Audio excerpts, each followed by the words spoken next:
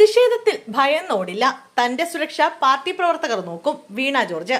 Alappuzha Vandanam medical കോളേജിലെ ചികിത്സാ പിഴവ് അടക്കമുള്ള കാര്യങ്ങളിൽ യൂത്ത് കോൺഗ്രസ് നടത്തുന്ന പ്രതിഷേധങ്ങൾക്കെതിരെ മന്ത്രി വീണ ജോർജ് താൻ പത്തനംതിട്ട ടൗണിൽ തന്നെ കാണുമെന്നും ചികിത്സാ വീഴ്ചയിൽ ചട്ടപ്രകാരം ഉത്തരവാദികൾക്കെതിരെ നടപടിയെടുത്തുവെന്നും ഇനി എന്താണ് ചെയ്യേണ്ടതെന്ന് പ്രതിപക്ഷം പറയൂവെന്നും മന്ത്രി തുറന്നടിച്ചു.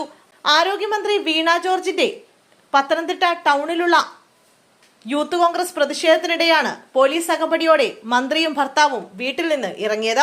ഡിവൈഎഫ്ഐ, SFI പ്രവർത്തകരും സ്ഥലത്തെത്തി. ഇതിനിടെയായിരുന്നു മന്ത്രിയുടെ പ്രതികരണം.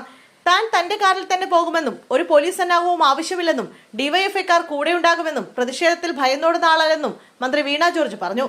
സർക്കാർ ആശുപത്രികളെ ആശ്രയിക്കുന്നത് സാധാരണക്കാരാണ്. സ്വകാര്യ ആശുപത്രികളിലെ ഇത്തരം വീഴ്ചകൾ ആരെങ്കിലും റിപ്പോർട്ട് ചെയ്യുമോ?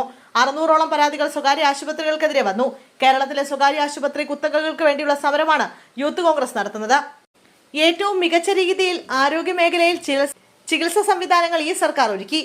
എല്ലാ ജില്ലകളിലും മികച്ച സർക്കാർ ചികിത്സാ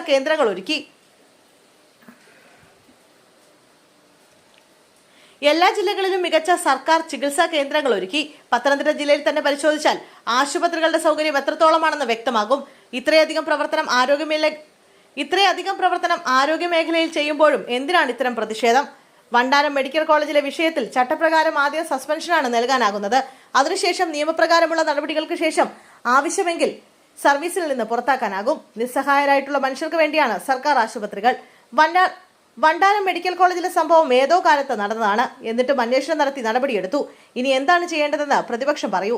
എന്തെങ്കിലും നടപടി പ്രതിപക്ഷത്തിന് നിർദ്ദേശിക്കാനുണ്ടോ? എത്ര വർഷം മുമ്പത്തെ സംഭവമാണെങ്കിലും നടപടിയെടുത്തു പോകുമെന്ന ഉദാഹരണമാണ് വണ്ടാനത്തെ ശസ്ത്രക്രിയാ പിഴവെന്നും മന്ത്രി വീണ ജോർജ് പറഞ്ഞു.